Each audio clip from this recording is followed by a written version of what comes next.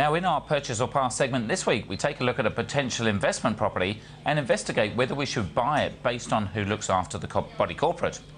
Now, this property was actually bought 4 years ago for $735,000. It's a 2-bedroom unit in a small block of 4, 7.8 kilometres from the city. Now, even though it's just 100 metres to the cafes and leisure facilities, it's still in a very quiet street with little through traffic. It's got undercover parking out the front and a shared courtyard out the back. Now, Stuart, before we get into the meat of things, obviously, does it roughly tick the boxes for the most of the stats so far? It does. I mean, it's got transport. It's got cafes. It's a small block. It's got good good kind of facilities within it. It looks to be quite neat and tidy, so it ticks the boxes to start with, yes.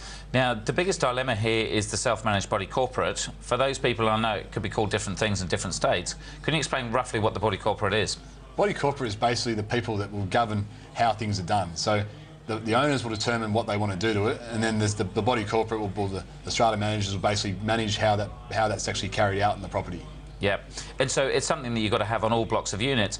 But the classic thing is, and I always say, it's our parents' generation that are always trying to make money by saving money. So it costs $2 or $3 grand a year to administrate it, to get professionals in. So you always get these people, and typically older people, that said, no, we can do it ourselves. But is that a false economy? Absolutely. I mean, you can't find people to spend $2,000 of their time to try and do it properly, but you can actually find a professional body that will do it for $2,000 to do it really, really well. So, and not only that, it's always going to get shuffled to the back of the time as far as what you're going to get done if you are doing it yourself, rather than paying someone to do it and do it properly. And quite often you get one person in the block that thinks he's the king of the castle and tries and takes it over and runs the whole kind of thing.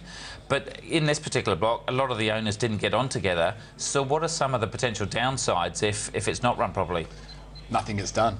If you can't get agreement because people are fighting or people are not seeing eye to eye, then you won't get anything done. And the property will start to get aged and not maintained, and therefore the purchase price or sale price of that property will start to go down. And it's a big deterrent for anybody trying to buy that property if you can't get a body corporate that gets on and gets things done. Exactly, because we do strata inspection reports every single time we buy a property, and if it's self-managed and there's no records because no one's kept any, it gives you no confidence in buying the property. So certainly a bit of a risky one there. Yeah. So purchase or pass on this one for you? I said purchase. Yep, OK. Well, we actually bought this unit for a time-poor client a few years back and got our property manager involved in the strata meetings because the client didn't want to get involved. Now, over time, the property manager convinced them to hire professional strata managers, and so it's all worked out for the best. It could have been an absolute nightmare, though, but the block is improving year on year, so if I had my choice again, I'd still go for a purchase as well.